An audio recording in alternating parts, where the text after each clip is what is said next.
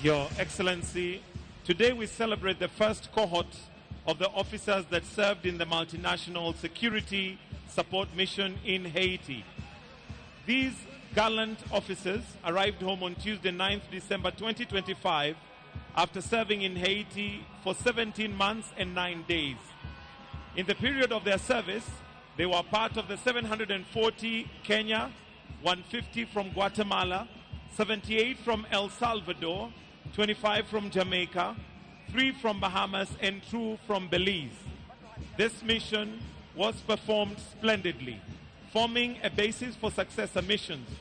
The gang suppression force is headed by a Kenyan Assistant Inspector of Police, Geoffrey Otunge. The mission has made significant progress, including reclaiming key infrastructure, including the international airport, the seaport, and the National Palace, among others. These positive developments reaffirm Kenya's belief for the beginning of international solidarity in critical restoration of dignity of Haiti and its people. In the course of the mission, 3 of our officers paid the ultimate price. To them, we owe a debt of gratitude and confirm this deep loss will never be in vain. We remember them and are humbled by their sacrifice. We honor them and pray that their souls will rest in eternal peace.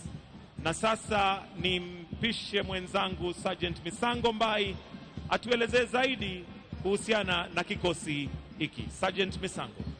Asante sana ndugu Mike Gitonga.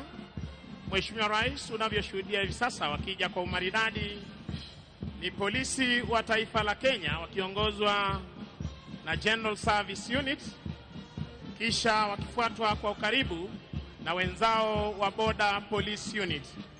Mheshimiwa Rais, unavyoshuhudia wamebeba bendera ya polisi, kisha bendera ya Kenya Police Service na hali kadhalika Administration Police Service. Mheshimiwa Rais, nitaomba tuweze kuwapa mashujaa hawa makofi mazuri baada ya kutoka nchini Haiti, baada ya kutekeleza wajibu wao kwa takriban miezi 18. Wananchi wazalendo, tuwape mashujaa hawa makofi mazuri.